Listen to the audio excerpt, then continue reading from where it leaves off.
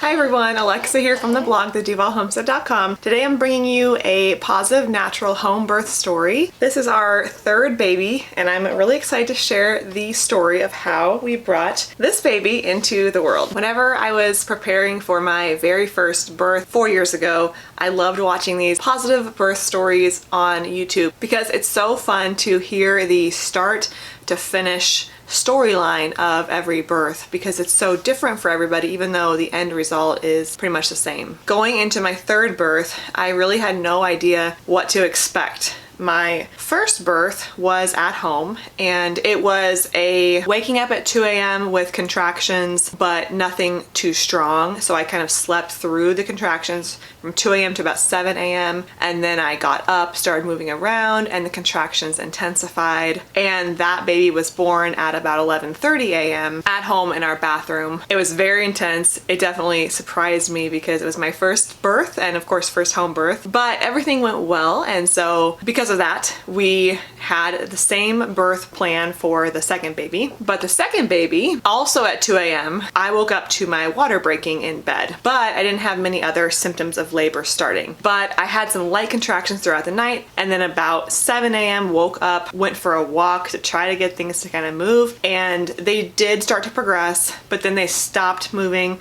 This kind of more on and off labor. And then about 11 a.m. I decided to rest, and at that time of course we had a 2-year-old toddler, since this is my second birth I'm talking about. And when I had my dad come and take the toddler out of the house, I was able to relax. Then things started picking up at that point. So my second born ended up being born around 2:30 p.m. also at home and also in the bathroom. And both of those births, I labored a lot on the toilet because that really seems to accelerate things for me. So they were very similar labors, even though they started the labor differently. The labor and births were both pretty similar. This birth I feel like was pretty different. It's a little different when your kids are a little bit older. My firstborn is now 4 years old. She's a girl, and she, the whole pregnancy, really wanted to be a part of the birth. And although I kind of would say, yeah, you'll see the baby when the baby arrives, no, she really wanted to be a part of the actual birth. And she kept wanting to say, like, I want to help with the birth. And I didn't know how I was going to manage that personally because I don't feel like it's something that I can do parenting and birthing at the same time, which is why it's usually best when you don't have your kids around if you're going to be giving birth at home or in hospital. So at about 32 weeks and onward, I was kind of grappling with the idea that I actually really do want to make that happen for her, because who am I to say you can't, you're not allowed to, especially because she actually was really helpful to me throughout the whole pregnancy. If I didn't think she'd be able to handle it, I would have said no, but because I felt like she genuinely really wanted to be a part of it, I just didn't feel like it was right for me to say no, especially because she might actually even remember that and be able to say that she was at her little brother or sister's birth. So I was not sure how that was gonna go down because I felt like I had to do things a little differently. The first two births on the toilet, the first one our midwife was there, but the second one our midwife didn't even make it because it accelerated so fast that it was just me and my husband, and the baby came out on the floor and it was just very raw. And first of all, I wanted the birth team to be there, the midwife, whoever else was going to be there, and then I also wanted my daughter to be there, so I kind of had to manage that. So this whole pregnancy I have been very forward carrying, and the baby has felt very heavy, and about 36 weeks on I've been having Braxton Hicks contractions, which are very normal. However, these Braxton Hicks were more like prodromal labor as opposed to just practice contractions. Even though they weren't real labor, I could tell that they weren't real labor because they weren't progressing, but they were definitely constant, especially at nighttime. So I thought I was gonna have the baby early. I was totally convinced by week 36, I asked my midwife, tell me what day I'm allowed to have this baby at home safely. And she said, week 36. And I was like, okay. So week 36 came around and I mentally was like, let's go, we're ready. Cause I felt the pressure, I felt all the symptoms, all the things, ready to have the baby. But nothing was progressing. Week 37 came around and nothing was progressing. Week 38 came around and nothing was progressing. And I know for many of you, if you have babies at week 41, you're probably laughing like, what are you doing waiting around for labor? You should know as a seasoned birther that you don't wait around for labor. You're right. However, my last two births were at 38 weeks. So it would make sense that this one would be around that time as well. I've never actually made it to 39 weeks before. So it's not like I had been a 41 or a 40 weeker before. I never made it to 39.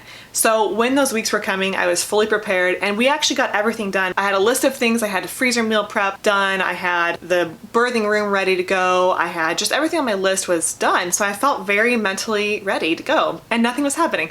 But I still was having those contractions every single day, which was quite the tease because I really felt like things were gonna happen. And every day it was kind of like, maybe it's today, maybe it's today. So around 38 weeks and maybe 5 days or so, I was having some really strong contractions, but again, they just stopped. I was texting my midwife because my husband delivered the second baby. He was very concerned with not having the midwife here. He was like, okay, you have contractions, you have to let everybody know. Well, I was letting everybody know, but the contractions were like 2.5 weeks long. And so it was really pointless to wake up every day and tell people I was having contractions because they weren't going anywhere. So I was getting a little bit frustrated, and that's the mental thing that can happen with birth. And it's almost like, you know, it's like an athletic event that you have to really prepare for mentally and physically.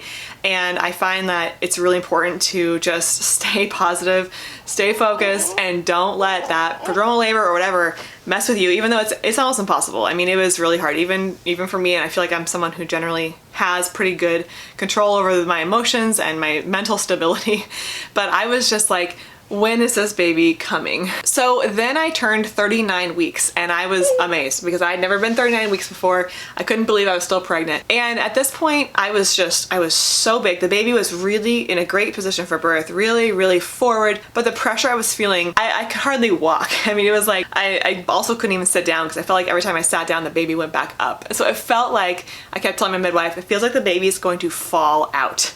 And she said, well, they might fall out because it's your third birth and I tend to have very fast actual births. I don't actually really push the baby out, they just come out at the very end. So I was kind of worried, to be honest with you. I was just like not sure what was gonna happen, but I had to keep living my life because I have 2 kids, I had to cook for everybody, we had to go play at the park, so everything was just normal. We were just kind of waiting around. Well, I turned 39 weeks and it was a big festival in our area called Seafair, and that is when the Blue Angels, Navy fighter jets, fly over our lakes and you can go out on your boat. So anyway, my husband and my dad always go to that together, and this year our daughter was old enough to go too. Anyway, it's a once-a-year event that is really fun to go to. Of course, I wasn't gonna go, especially because our almost 2-year-old boy probably wouldn't have enjoyed it anyway, so I was gonna stay home, plus I was really pregnant. But the thing about going to this event that I was a little bit worried about was that it's a boating event and we have an inflatable boat with a motor. So to get out on the water, we have to pack the boat in our truck.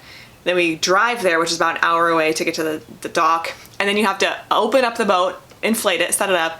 Then you go and you watch the show, and that takes several hours. Come back, you have to put the boat back in your car, which takes about 45 minutes, hour drive home. My point is it's a really long day. It's not like he was just taking the kids to the park and he can be home in 20 minutes. It was the kind of thing that he was at least 2 or 3 hours away. So I was really worried about him going to this event, but I also didn't want him to miss it because I knew that our older daughter Allison would love it. I told him to go because I was not having contractions in the morning.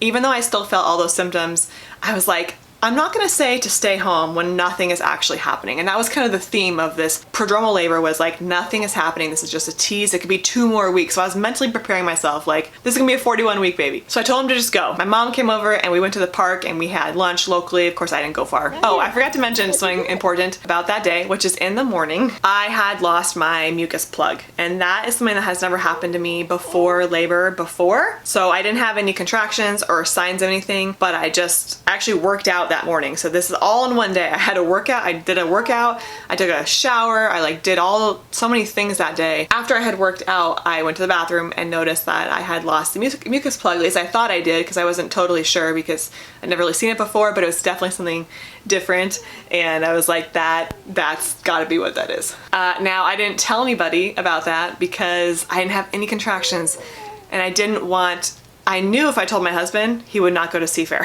I was like, I want him to go to Seafair because it's gonna be fun, and actually him getting out of the house I think would be helpful for me. And the last thing I want is people sitting around watching me, waiting for me to go into labor. I felt like I was already doing that to myself, like just staring, like where is the labor happening? So I lost the mucus plug, but I was like, I'm not gonna tell anybody about that. So anyway, later that day, about 5 p.m., I was working on my computer every Friday. I end the week with some work and I was finishing up some tasks, and all of a sudden I get a call from John, and he says that they are headed back and they're about 45 minutes away from being home. And I was like, great. I had been calling him throughout the day and saying like, make sure your phone is on. I feel like I'm holding the baby in. Like I was kind of telling him, I feel like we're gonna have this baby, but I have no actual textbook signs of it happening. I just feel like I'm holding it in. Like I kept saying that. He was a little bit nervous. When he called me and said that they're on their way home, I hung up the phone and I got a contraction. And I was like, okay, is this like one of the prodromal ones or not? And then I got another one and I kind of ignored it. And then I got another one and I was like, let's time these. And it's funny that I was getting them because usually when I'm like sitting down resting, I wouldn't get any contractions. They would only come when I'm like really active. But I was sitting down and I had no kids around me. I was just totally alone. I was getting these contractions and they were about 5 to 6 minutes apart. I'm like, okay, this seems like maybe this is different. And they started to grow. About 5:15, I texted my midwife and said, okay, so about 6 o'clock, I said, I'm having a few contractions 5 minutes apart. You might want to consider packing. I'll keep you updated if they stop. And her assistant were so ready to just come over at any time because I had been telling them I've been having contractions, and they both felt like this birth was going to be really fast, and so they were very, very ready. Then about 6:15, I texted her the timing of the contractions, and they were in fact anywhere from 3 to 6 minutes apart. So they were not super short together, but they were definitely consistent.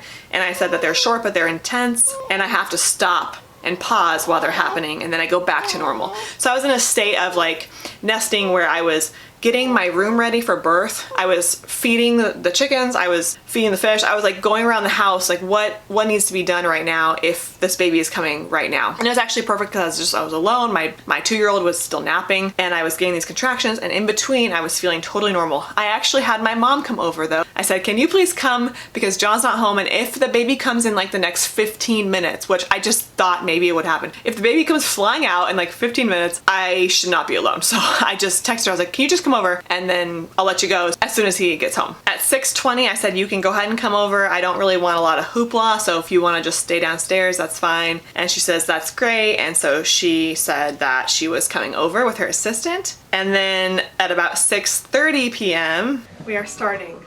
But it's gonna be maybe a while. Might be a while, might not. Or it may just go away. Might just go away. But we always take a video at the start.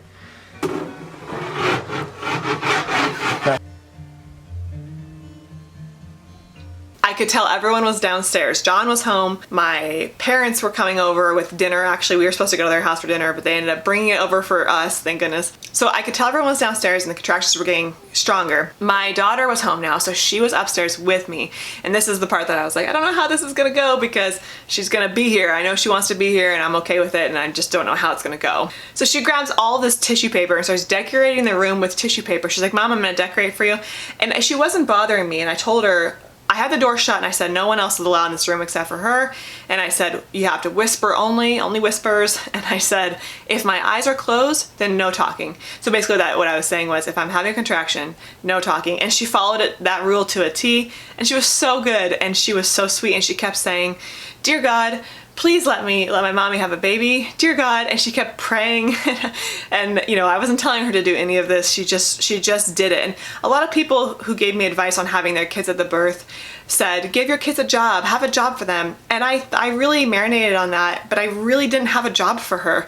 I thought about doing like a bowl of water with a towel so she could put it on me, but I didn't want that. And so I was kind of like, I really don't have a job for her. So I told her, you know, I told her exactly what was going to happen. I said I might scream. I said all these things, and she was okay with it. I said, just keep telling mommy that you're doing great. You're doing great. You're doing great. So I told her that was like the only advice I really gave her, because I don't really want anyone touching me or doing anything to me when I'm in labor and giving birth. Just leaving me alone and being quiet is probably the most important thing. So at 6:30 p.m., everyone was downstairs, and I said, I think we have at least an hour, but I'm gonna sit up here and keep laboring with Allison. And my midwife said, yeah, okay, sounds good. Well, from 6:30 to 7:30 is when things really kicked into high gear. At about, I think it was about 7 p.m., I was laboring on the floor right here in my room with my daughter, and I had worn a dress. This was the other thing that was different about this birth. I had worn a dress that day to go to the park and just live my life because I'm only in dresses because my stomach is so huge that everything else is just too tight. So I'm in a dress and it was actually working out perfectly. A few weeks ago, I was on Amazon and I was like looking up birth outfits, which is crazy because I've always just been naked, but because I felt like more people were gonna be here, I was like, maybe I should put something on.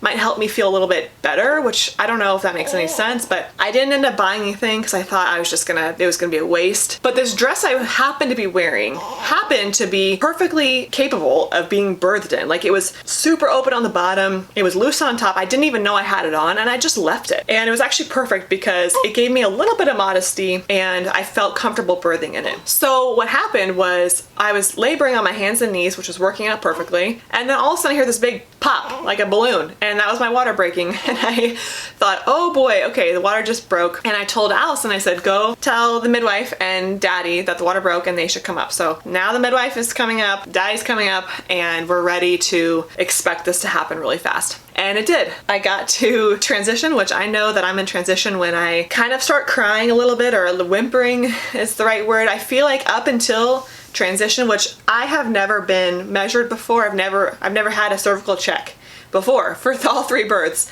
but I think it's like 8 centimeters probably. Up until that, I really feel like it's quite manageable. I really feel like it's powerful, but if you're focused, you're gonna be okay. But the 8 to 10, I feel like is when it's a little bit scary, and I am not scared of birth because there's a cycle called fear, tension, pain. Meaning if you're scared of something, then you're gonna tense up and fight it, and that's gonna cause you more pain. And that's gonna make the birth harder. So the best thing to do when you're giving birth is to not be scared, not be tense, relax, so that it can happen. And that's what I was doing, and it's very easy for me to do that up until about that very final 20 minutes or so. So it was getting to that point where I was really feeling, it's a feeling of kind of hopeless, and it's very, it is scary, even though I know it's not actually scary. It does feel like that in the moment. You feel like you're on a sinking ship and you kind of just don't know. It's like you can't get out. But it's your body's way and God's way of finishing the deal. So that is where I was at. I had probably 2 contractions in that state. The state of I'm a little bit scared for what's gonna happen next. This is feeling too much for me. So I think there were 2, maybe even 3. I can't remember, but not very many, less than 5 for sure. And then suddenly I felt the head come out. And this is so like how I have babies, is they just fly out. And I'm not pushing or anything. I'm just trying to relax through the contraction, and the head just comes out. And I let out the loudest scream of all time because it really throws me off. I don't know that it's gonna happen. No one is saying, oh, the head is coming, push, you know what I mean? And I just don't, it just seems like for some reason, for my body, I go from not really having anything happening to the head, and then the body comes next and it's just done. So I screamed and I said, that's a head, that's a head. Then the body came flying out with it. And that is the story. When I screamed and made all that noise, Allison got scared and she went to my husband and she started to cry a little bit. And then right in between when the head was out and before the body came out, my midwife lifted up my dress and said, Allison, look, you know, look at the baby. And that helped her because then she could finally see it. And that was hard for her. The whole labor, she was like, Mommy, where is it? Where is it? And I kept explaining, it's coming, you know. Once she saw the baby, she perked back up and she walked over to me and she was just like so happy. And we were also happy for her that she wasn't scared after all. She just had a moment because it was scary in that one moment. I don't know if you've ever heard a woman catching her own baby. It's something that I've always dreamt of, but I cannot fathom doing that. I feel like I can't even reach. It just doesn't work for me physically. Plus, after the baby comes, I'm just so like thankful. I think the first thing I said was, thank God. I said, thank God that was the baby, because I could not do another one of those contractions because they were scary. Those contractions before the birth to me is more scary than the actual birth.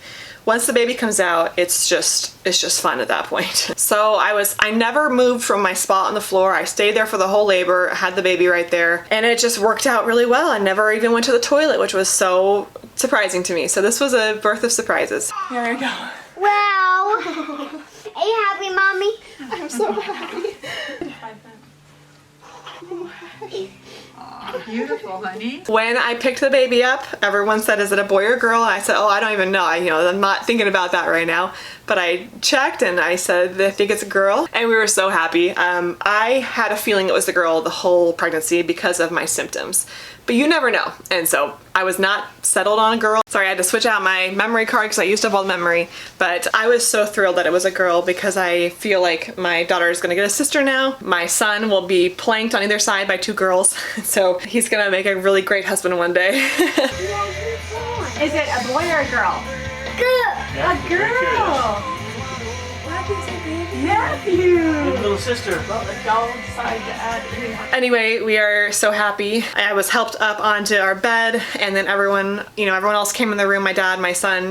So the baby was born right before 8 p.m., so 7:56. So from about 5 p.m. when I got the first contraction to about 8 p.m. So it was about 3 hours total. And of course I had lost the mucus plug earlier than that, but I'm talking about, I guess, active labor into the birth was about 3 hours. So I had made a blueberry cobbler and I wanted that to be the dessert for the birthday song. Did this birthday song last time with our second baby and it was really sweet to kind of sing an actual happy birthday song. So we sang that together and we weighed her, and we do not have a name. We have a list of names, but my husband and I have been so busy. This was only 2 days ago, so we have not settled on a name yet, and it will probably take us another week. Who's this? Is this your baby sister? Yeah. I need to come up with a name. She sneezed a little bit. Went, Ach! She sneezed? Yeah. Are you so happy she's finally here? And now I'm so proud of you, Mommy. She's so proud of me. You helped me live the whole labor. You were there the whole time. I'm saying, you got this. You've got this. That's You've right. got this. Yeah. The recovery for me has been the best that I've had so far. She was 7 pounds and her head, I don't know if her head is just small, but it did not really form into a cone. My last 2, they kind of had that cone head. Hers never did. She just came out, and I don't know if I'm just used to having babies now, but it was a very easy recovery for me. Nothing tore. Everything was just, I feel like I didn't even give birth. I do have some side effects. I've talked about before, I had really bad varicose veins with this pregnancy, and so much so that I have some blood clots that are superficial that I have to deal with now on my legs. So everything birth-wise is totally fine, but my legs are quite injured from the pregnancy, which is not a fun thing to have to deal with. And when everything went so well, that's a whole different thing that now I have to kind of go back to normal, but it's happening and we're gonna be okay. Well, thanks so much for joining me for this home birth, positive natural birth story. I hope it inspired you. If you are interested in home birth, I do have some resources I'll link below. I have a blog post where I kind of list out how I got to this point, because if you're gonna have a home birth, you do wanna do your research and know what you're doing and take accountability and be responsible for your and your baby's health and safety. But I will say that it is the most beautiful ending to a pregnancy and the start of a new life, in my opinion. If you're an expectant mom and you want to go watch my other 2 birth stories, it might be kind of fun, especially to see the evolution of the first birth versus the second versus the third. I think that's really fun. If I can ever listen to someone have several birth stories, it's fun to hear their perspective as different times go on. So I hope that everything goes smoothly for you. Make sure you drop a comment below. Let me know if this birth story is similar to yours or if you have anything else to share. And if you're brand new, please hit that subscribe button. Every week I post videos on farm-to-table recipes and homemade natural living. Thank you so much for watching, and I'll see you in the next video. Say hi to the baby. Hi.